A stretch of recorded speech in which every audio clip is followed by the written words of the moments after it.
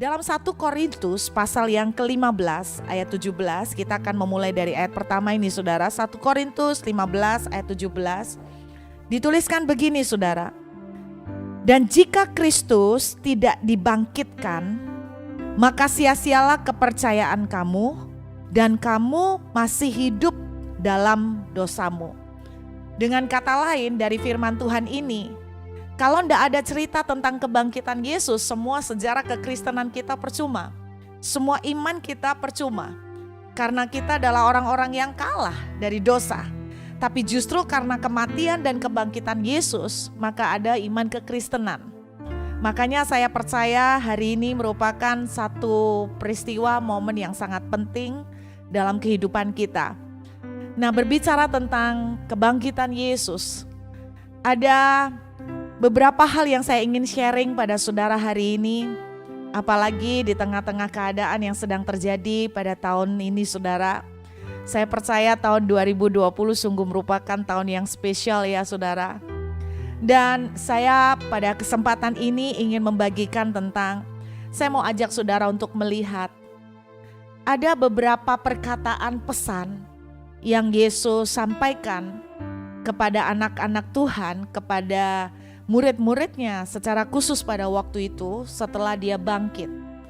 Dan pesan-pesan ini yang saya menangkap beberapa hari yang lalu ketika saya membaca dan merenungkan firman Tuhan, saya menangkap seperti ada satu pesan profetik yang Tuhan taruh untuk disampaikan kepada anak-anak Tuhan.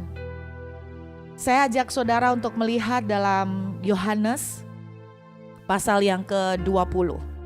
Kita akan lihat Yohanes pasal yang ke-20 ayat yang ke-15.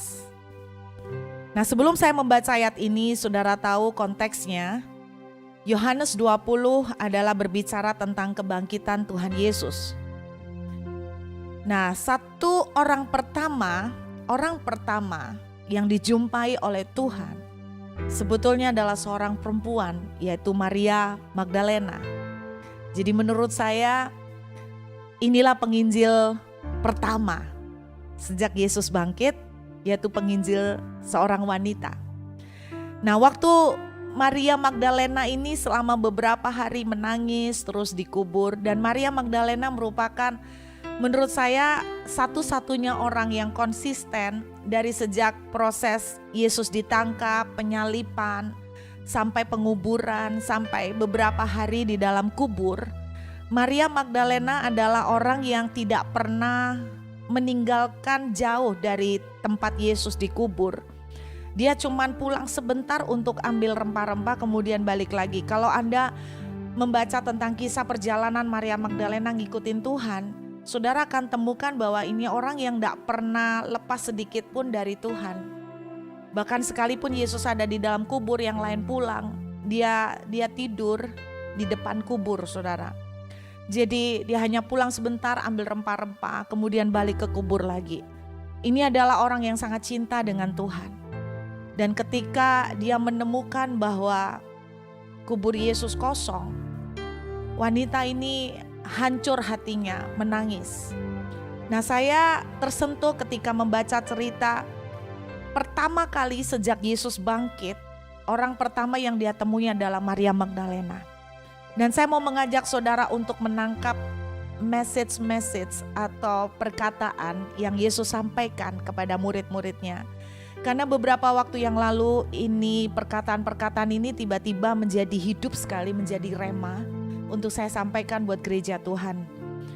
Saudara, kata-kata Yesus yang pertama ketika dia ketemu dengan Maria Magdalena, kita lihat di ayat yang ke-15. Kata Yesus kepadanya, "Ibu, mengapa engkau menangis? Siapakah yang kau cari?" Saudara, perkataan pertama yang Yesus katakan kepada Maria Magdalena adalah, "Mengapa engkau menangis?"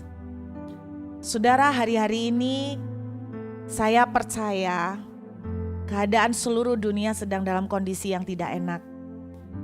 Tadi pagi pada waktu saya saat teduh, setelah selesai saat teduh, saya kemudian mendapati di handphone saya ada sebuah berita. sebuah komentar dari seorang artis. Dia berkata begini, tahun 2020 ini adalah tahun yang berbeda, yaitu tahun di mana tahun banyak terjadi kehilangan. Dia bilang begitu, the year of many loss.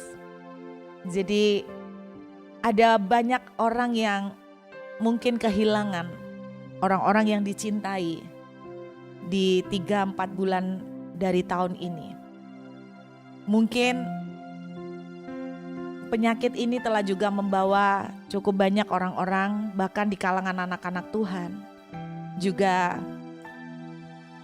cukup banyak yang terkena. Dan ada banyak hamba Tuhan juga yang 3 bulan ini dipanggil Tuhan, baik karena kena coronavirus. Jadi saya waktu membaca dia punya komentar seperti ini, hati saya seperti gimana gitu saudara. Saya merasakan ya tahun ini begitu banyak orang yang kehilangan. Mungkin kehilangan seseorang yang dikasihi, mungkin kehilangan mata pencarian, banyak kehilangan pekerjaan. Saudara, saya melihat satu video di mana ada sekelompok orang yang di PHK, kemudian mereka menangis. Saudara, hati saya ikut hancur ketika melihat fakta-fakta seperti ini. Ada banyak orang yang mungkin kehilangan pekerjaan, ada orang yang kehilangan penghasilan. Mungkin tadinya penghasilan sekian, Store Manager Ramayana City Plaza drastis. Depok, M. Nukmal Amdar menyampaikan Saudara, klarifikasi ada begitu kabar banyak itu. kehilangan Nukmal terjadi Amdar. di 3 bulan awal dari tahun 2020. Dan banyak dari saudara dan saya mungkin kita ini lagi sedih, lagi nangis. Beberapa teman ngomong begini, sedih ya, kita enggak bisa ketemu teman, kita enggak bisa ketemu dengan saudara-saudara. Seorang teman juga berkata, sedih ya, kita nggak bisa lagi ibadah sama-sama, nggak bisa kumpul-kumpul lagi nyembah Tuhan bareng. Sekarang semua dengan online. Ada sebuah kesedihan lah saudara. Kesedihan di mana mungkin ya sedikit kebebasan kita harus ditahan, dipenjarakan. Dan mungkin banyak air mata sedang tertumpah hari-hari ini. Tapi ada satu pesan Tuhan ketika dia bangkit. Dan saya percaya hari ini Yesus bangkit dan dia berkata begini, kenapa kamu menangis? Saudara tahu arti kata ketika Yesus bertanya kepada Maria Magdalena, kenapa kamu menangis? Yang saya rasakan tuh begini, Tuhan sedang mengatakan sesuatu. Hey, I'm in control. Aku pegang kendali. Mungkin kamu tidak mengerti kenapa ini terjadi. Tetapi trust me, percaya. Aku Tuhan, pegang kendali. Perkataan pertama yang muncul dari mulut Tuhan adalah, kenapa kamu menangis? Dan perkataan kedua yang saya tangkap setelah Yesus bangkit adalah kita bisa lihat dari Matius 28 saudara ya. Kita bisa lihat dari Injil Matius pasal yang ke-28. Pada waktu Yesus bangkit, saudara murid-muridnya juga merasakan ketakutan yang luar biasa. Di dalam Injil Matius pasal yang ke-28 secara khusus kita lihat ayat yang ke-45. Kemudian kita lihat ayat yang ke-10. Ayat 4, dan penjaga-penjaga itu gentar ketakutan dan menjadi seperti orang-orang mati. Akan tetapi malaikat itu berkata kepada perempuan-perempuan itu, janganlah kamu takut sebab aku tahu kamu mencari Yesus yang disalibkan itu. Kemudian di ayat 10 ini kata pertama juga yang Yesus sebutkan kepada mereka. Maka kata Yesus kepada mereka, jangan takut, jangan takut. Pergi dan katakanlah kepada saudara-saudaraku supaya mereka pergi ke Galilea dan di sanalah mereka akan melihat aku. Jangan takut. Saudara, satu lagi dalam Yohanes pasal yang ke-20. Yohanes pasal yang ke-20 ayat 19. Firman Tuhan tuliskan begini. Ketika hari sudah malam, Pada hari pertama minggu itu berkumpullah murid-murid Yesus di suatu tempat dengan pintu-pintu yang terkunci karena mereka takut kepada orang-orang Yahudi. Saudara, bayangkan suasana pada saat Yesus mati seperti keadaan di zaman itu. Selama ini murid-murid Yesus itu berharap bahwa Yesus itu adalah penyelamat mereka yang akan membawa mereka itu dimerdekakan dari penjajahan Romawi. Mereka berpikir bahwa Yesus itu yang akan membebaskan mereka untuk masuk ke dalam sebuah kerajaan yang bebas, yang merdeka. Tapi ternyata Yesus yang mereka harapkan ternyata mati. Saudara bisa bayangkan pengharapan mereka hancur, langsung pupus, saudara. Dan mereka semua ketakutan dengan orang-orang Yahudi, mereka ketakutan. Saudara bisa bayangkan rasa takut yang mereka luar biasa rasakan pada waktu itu. Nah, ketika pertama kali Yesus ketemu dengan murid-muridnya, satu kalimat yang dia katakan adalah jangan takut. Kenapa sih saudara orang itu mulai merasa takut? Kenapa sih kita tuh mulai merasa takut? Seseorang bisa merasakan takut ketika dia sudah merasakan bahwa dia tidak bisa kontrol sebuah keadaan. Seseorang mulai merasa takut ketika dia sudah merasa dia tidak mempunyai kemampuan untuk mengendalikan keadaan yang terjadi. Dan hari-hari ini banyak dari kita dicekam dengan ketakutan, saudara. Karena kita merasa sampai kapan keadaan ini akan terjadi. Beberapa kita optimis, pasti bulan Mei nanti akan selesai. Amin, saudara. Beberapa dengan iman, pokoknya akan segera selesai. Saya juga ditanya dengan beberapa jemaat, Ibu Ruth, Tuhan bicara enggak kapan selesai? Jujur saya enggak tahu, saudara. Saya juga enggak tahu kapan ini selesai, sampai kapan keadaan ini akan berlangsung, kapan lockdown ini akan dibuka kembali. Saudara, saya enggak tahu. Orang bisa perkirakan bulan ini, saya enggak tahu. Tapi yang saya rasakan bahwa kita semua juga merasakan ketakutan. Kenapa? Karena ini out of control. Karena kita enggak bisa kendalikan. Kita secara pribadi enggak bisa kuasai keadaan ini. Kita enggak bisa kendalikan masalah ini, saudara. Dan disitulah kita mulai merasa ketakutan. Bagaimana dengan penghasilan saya? Bagaimana dengan pekerjaan saya? Bagaimana dengan masa depan saya? Bagaimana dengan cita-cita saya? Bagaimana dengan mimpi saya? Semua orang dicekam dengan ketakutan. Dan ketika kita mulai merasakan tidak bisa mengendalikan keadaan, kita merasa kemampuan kita terbatas, Yesus berkata begini, jangan takut. Dan yang luar biasa, setelah Yesus berkata jangan takut, saudara, Tuhan Yesus berkata begini, damai sejahtera bagi kamu. Tapi ada satu hal yang luar biasa. Di dalam ayat selanjutnya, Tuhan tunjukkan sesuatu yang luar biasa. Saudara, amazing, di dalam ayat yang ke-20 dari Yohanes 20. Dan sesudah berkata demikian, Yesus menunjukkan tangannya dan lambungnya kepada mereka. Saudara, tiba-tiba Tuhan berbicara begini. Habis Tuhan berkata kepada muridnya begini, jangan takut. Lalu dia tunjukkan tangannya yang berlubang paku. Dan dia tunjukkan lambungnya.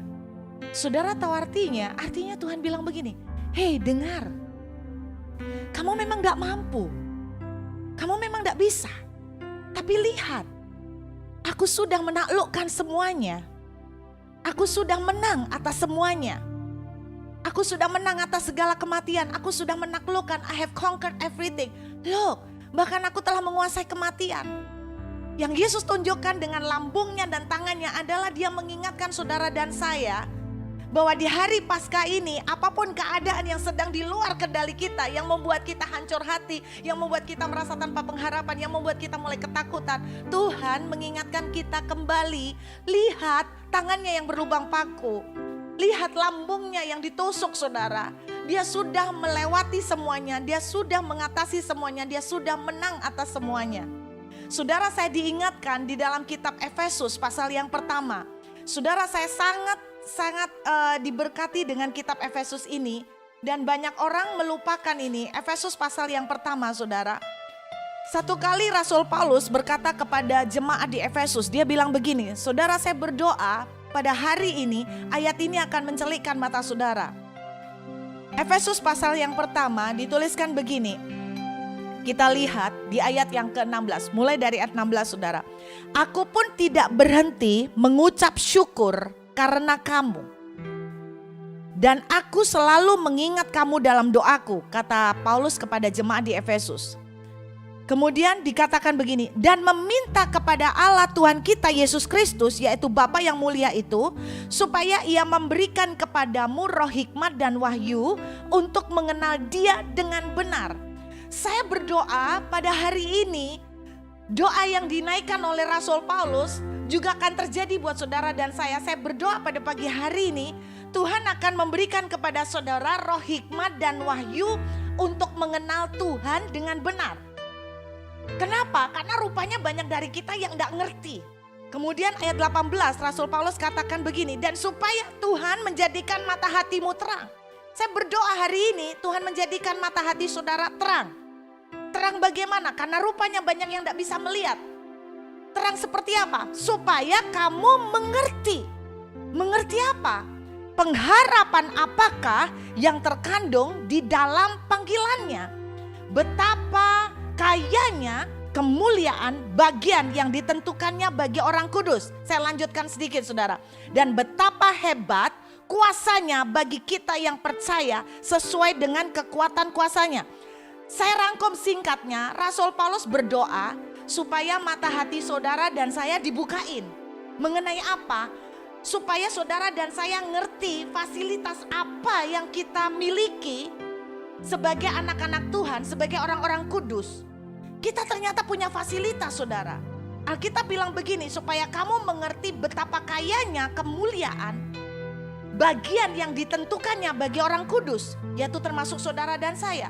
Jadi ada jatah yang telah disediakan buat saudara dan saya. Dan Rasul Paulus berdoa begini, supaya saudara dan saya mengerti betapa hebatnya jatah yang diberikan kepada kita.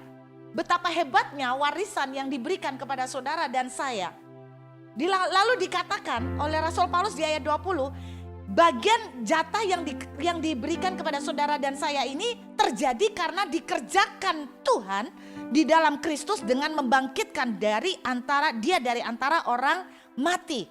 Dengan kata lain, karena kebangkitan Yesus ini, maka ada jatah yang diberikan kepada saudara dan saya.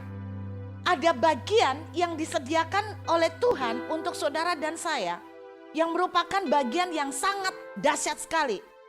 Nah, Rasul Paulus berdoa benar supaya Tuhan kasih roh hikmat dan wahyu untuk mengerti ini dengan benar. Supaya mata hati saudara dan saya terang untuk mengerti betapa kayanya, betapa hebatnya kuasa yang disediakan oleh Tuhan oleh karena kebangkitan Yesus buat orang-orang kudusnya, yaitu buat saudara dan saya. Lalu dilanjutkan di dalam ayat yang ke-21. Bahkan menurut ayat 21 dituliskan begini. Jatah nih ya, jatah bagian warisan yang diberikan oleh Tuhan karena kebangkitan Yesus kepada saudara dan saya jauh lebih tinggi dari segala pemerintah. Wow, dari segala pemerintah loh saudara. Dari segala penguasa. Hari-hari ini dunia sedang dikuasai oleh coronavirus. Dengarkan saudara, ada jatah yang diberikan oleh Tuhan karena kebangkitan Kristus yang katanya jauh lebih tinggi daripada penguasa, daripada segala kekuasaan, daripada segala kerajaan. Bahkan tiap-tiap nama yang dapat disebut termasuk nama virus. Ada kuasa yang sangat besar.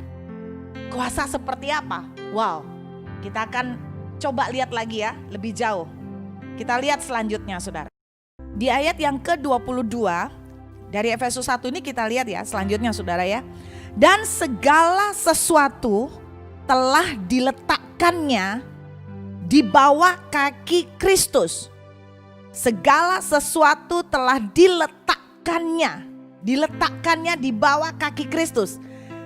Bagi saya saudara, kata segala sesuatu berarti segala sesuatu, termasuk coronavirus, termasuk keadaan pandemi sekarang ini, sudah diletakkan di bawah kaki Kristus. Dan selanjutnya dikatakan, dan Kristus telah diberikannya kepada jemaat. Siapa jemaat saudara? Saudara dan saya. Saya rangkum lagi ya saudara. Gara-gara kebangkitan Kristus, maka ada bagian yang ditentukan bagi saudara dan saya yang diberikan oleh Kristus karena kebangkitannya.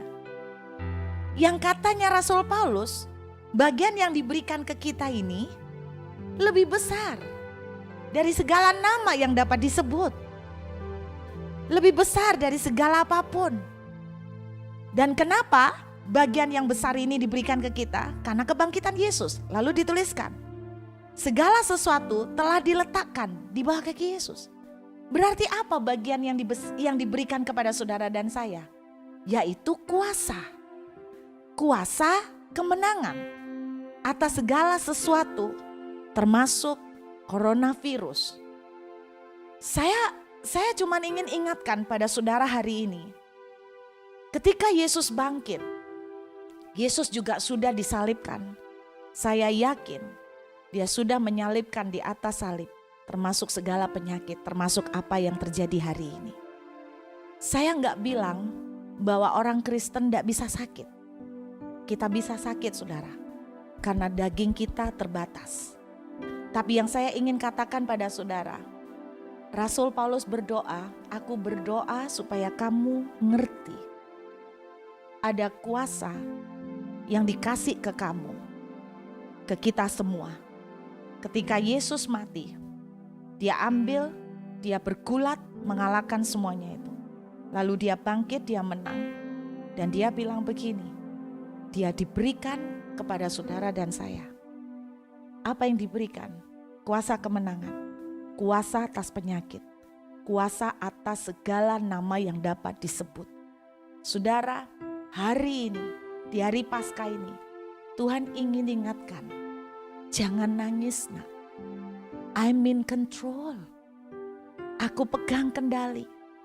Aku Tuhan yang masih ikut campur. Trust me. Dan bagian kedua yang Tuhan ingatkan, jangan takut. Lihat. Tangan yang berlubang paku. Lihat lambungku yang ditusuk. Yang Tuhan mau ngomong ke saudara dan saya hari ini adalah begini. Ingat nak, you are more than conqueror. Bersama dengan aku, kita akan menaklukkan ini dan kita akan ambil kemenangan ini. Karena itu hari ini saudara, di hari Paskah ini, saya ingin saudara dan saya belajar untuk kuat. Mari kita katakan di saat kita berdoa bersama dengan keluarga kita. Mari kita katakan, tidak ada salahnya kan? Kita berkata dengan percaya, Tuhan, Engkau telah menaklukkan segala penyakit, termasuk coronavirus. Bahkan termasuk penyakit-penyakit yang akan datang, yang bahkan belum pernah dikenal orang. Mari kita berdiri sama-sama dengan keluarga kita. Kita berdiri sama-sama dengan mereka. Dan kita katakan di dalam nama Yesus, Tuhan, Engkau telah mati, Engkau mengambil semuanya, dan Engkau dibangkitkan, Engkau telah menang. Tuhan ingatkan hari ini, hei, lihat tanganku yang berlubang paku. Aku telah menaklukkan semuanya itu dan memberikan kuasa itu juga kepadamu. Bukankah firman Tuhan juga berkata begini, jika engkau percaya kepadaku, engkau dapat melakukan hal-hal yang lebih besar daripada yang dilakukan oleh aku, kata Tuhan. Saudara akan mempunyai kekuatan untuk menginjak ular dan kalajengking. Ini saatnya kita menginjak kalajengking yang ada, saudara. Mari kita katakan dengan percaya, bangkitkan iman pengharapan saudara pada hari ini. Dan mulai berkata dengan keluarga saudara ketika berdoa, jangan down, jangan menangis dan meratapi keadaan. Tapi saudara berkata begini, Tuhan, Engkau sudah mati, Engkau sudah ambil semuanya, dan di dalam nama Yesus sekarang aku katakan penyakit coronavirus Engkau menjauh dari keluarga kami.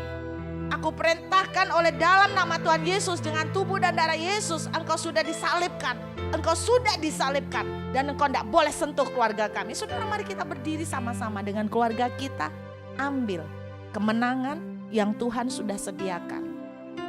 Saya ingin kesaksian saudara.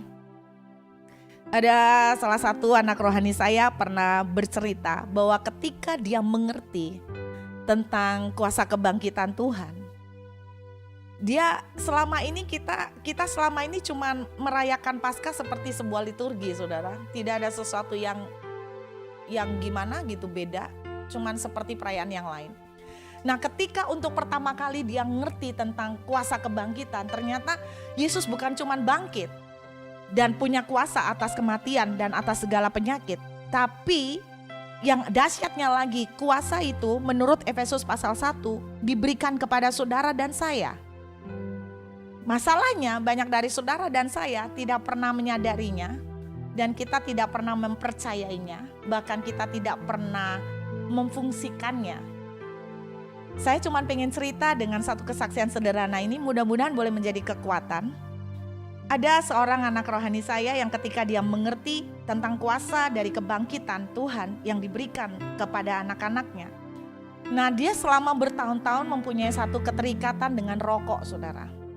Jadi dia ngomong satu hari itu bisa berapa pak dia rokok.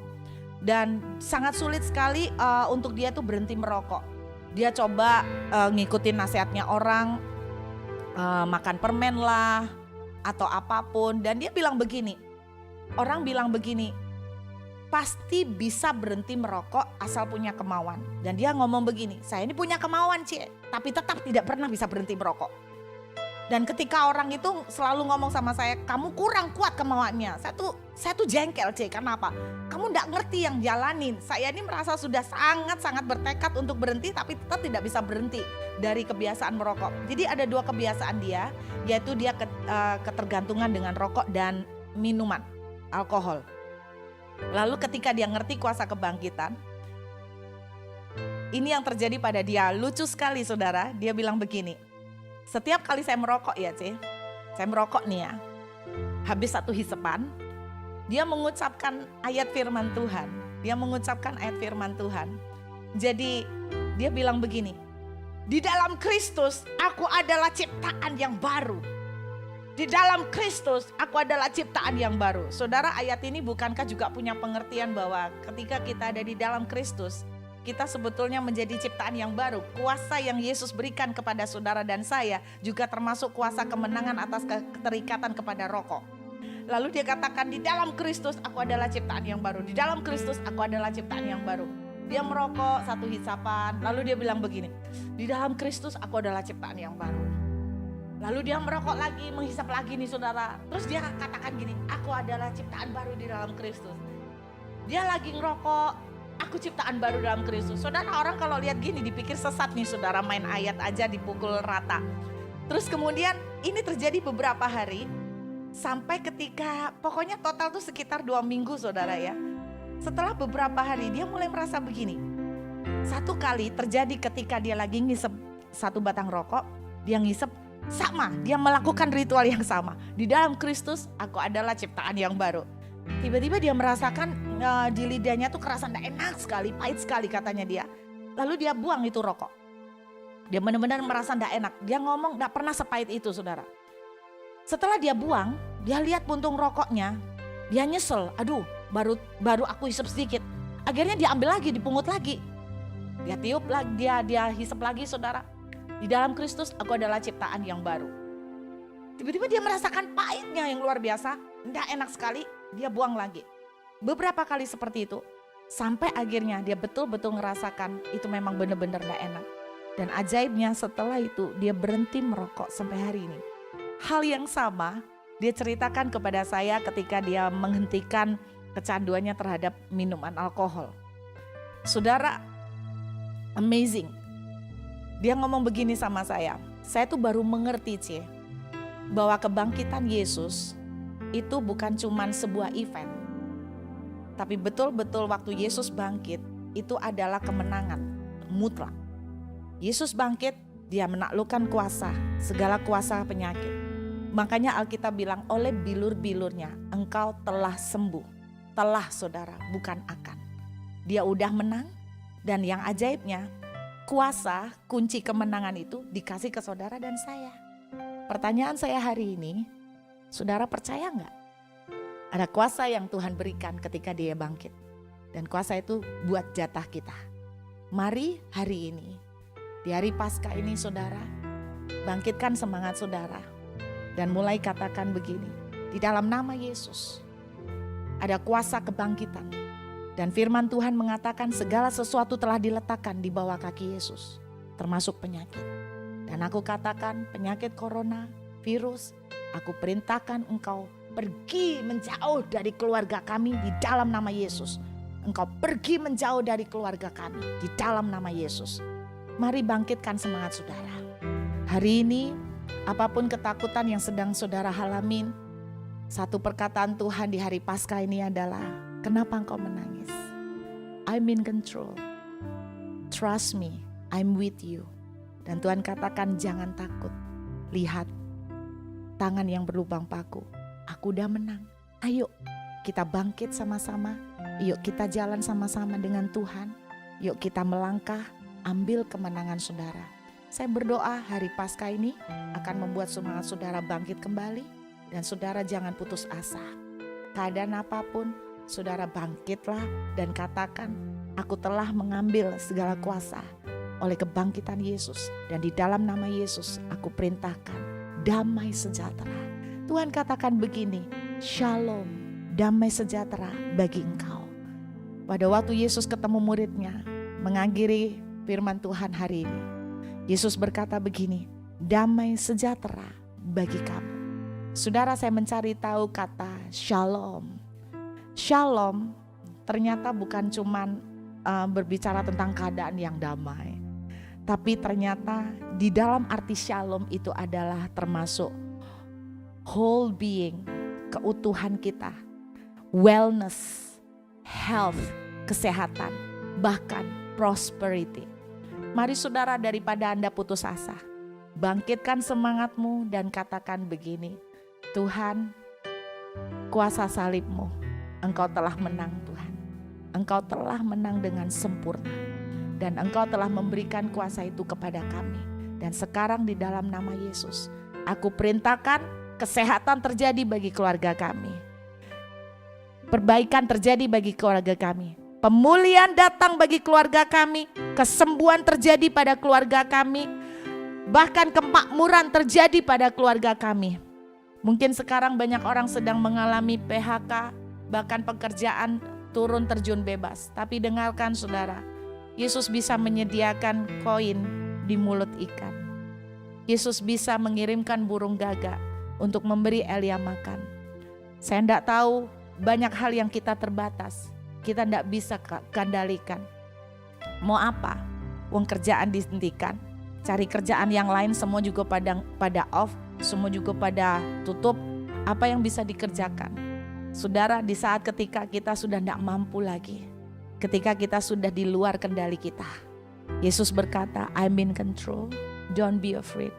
Look at my hand, lihat tanganku yang berlubang paku. Aku telah menaklukkan, ayo nak, dan aku memberikan kuasa itu bersama dengan kamu. Yuk bangkit dan kita ambil kemenangan.